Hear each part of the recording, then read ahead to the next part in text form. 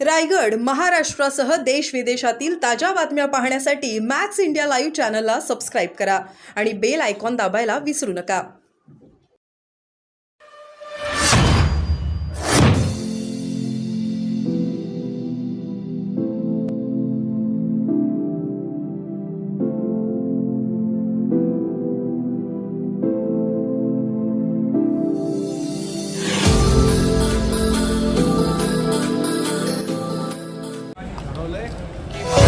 आणि नरेंद्र मोदीजींना प्रधानमंत्री बनवण्याचा निर्धार आणि संकल्प केलेला आहे. महाराष्ट्रामध्ये काही सर्वेज येत आहेत त्याच्यामध्ये महायुतीला जे मागच्या वेळेस यश मिळालं होतं ते यश आता दिसत नाही. कारण ते मागच्या वेळेस पण त्यांनी तसाच सर्वे दिला होता आणि त्यानंतर प्रत्यक्ष काय झालं ते तुम्हाला माहिती. मागच्या वेळेस पण त्याच सर्वेच्या लोकांनी अंदाज वर्तवला होता आणि प्रत्यक्षात जागा किती आल्या? 42 जागा आपल्या, मला वाटतं 43 जागा महायुतीच्या आल्या.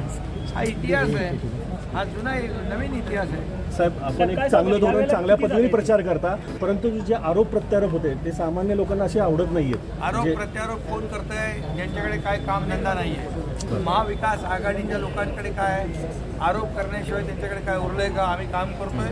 महायुतीच्या सरकारने गेल्या 2 वर्षामध्ये केलेली कामं लोकांसमोर आहेत. शेतकरी आहे, कष्टकरी, कामगार, महिला भगिनी, तरुण वर्ग, ज्येष्ठ सगळ्यांसाठी आम्ही योजना सुरू केल्या.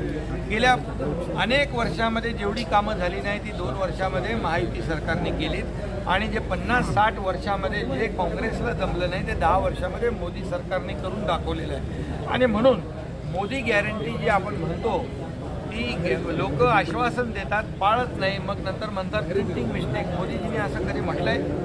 मोदीजींनी आज आपण पाहतोय की पुढचे 5 वर्ष 80 कोटी लोकांना मोफत धान्य देण्याचा ऐतिहासिक निर्णय घेतला. आज त्यांचा जाहीरनामा बघा. जाहीरनाम्यामध्ये शेतकरी, गरीब, युवा आणि महिला यांना फोकस केलेला आहे. म्हणजे सर्वसामान्य माणूस जो आहे त्याला रोटी, कपडा, मकान देण्याचा निर्णय मोदीजींनी घेतलेला आहे. आणि त्यामुळे या देशामध्ये मोदीजींची लाट निर्माण झालेली आहे. खरं म्हणजे एक जर आपण विचारलं प्रधानमंत्री कोण, मोदीजी तर राहुल गांधी, तर प्रत्येकजण मोदीजी म्हणतो. कारण राहुल गांधी अजून 52-54 वर्ष झाली, त्यांना मॅच्युरिटी यायला आहे. काँग्रेसच म्हणतंय 400 पारमध्ये महाराष्ट्र अजूनपर्यंत सक्सेस झालेलं नाही. साहेब, 400 पारमध्ये महाराष्ट्राचा वाटा किती असेल? 45 पार आम्ही सांगितलेलं आहे.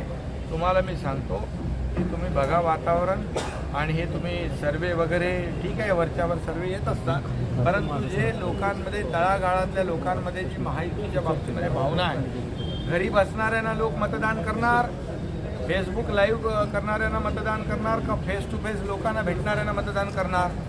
आमचं सरकार फील्डवर काम करणार आहे, लोकांशी संवाद साधणार आहे, शेतकऱ्यांच्या बांध्यावर जाणार आहे, शेतकऱ्यांच्या पाठीशी उभं राहणार आहे.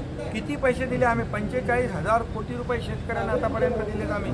कधी इतिहासामध्ये एवढे पैसे नव्हते मिळाले. केंद्राचे 6,000, राज्याचे 6,000, 1 रुपयात पीक विमा योजना कधी पाहिलं होतं आपण? त्यामुळे याची पोचपावती आम्हाला येणाऱ्या लोकसभेच्या निवडणुकीमध्ये जनता दिल्याशिवाय राहणार. साहेब, सातारा लोकसभा मतदारसंघामध्ये शरद पवार यांनी मोठ्या प्रमाणात ताकद लावलेली आहे. अरे ताकद प्रदर्शनासाठी किंवा येणाऱ्या मिटिंग असतील, अरे त्यांना निवडणूक आहे, ज्याचा त्याचा अधिकार आहे.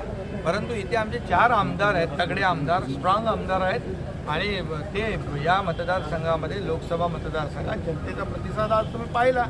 भर उन्हामध्ये किती लोक, हजारो लोक आले आणि ते क्राऊड पाहिलं, लाईव्ह क्राऊड पाहिलेलं आहे आपण. आणि त्यामुळे आज लोकांनी देखील साताऱ्यातलं ठरवलं आहे की महायुतीचा उमेदवार निवडून दिला पाहिजे. कारण मोदीजींना 3ऱ्यांदा प्रधानमंत्री बनवायचं आहे, मोदीजींचे हात बळकट करायचे आहेत. म्हणून जनता या साताऱ्याचे उमेदवार आमचे उदयनराजे यांना निवडून देते. थँक्यू.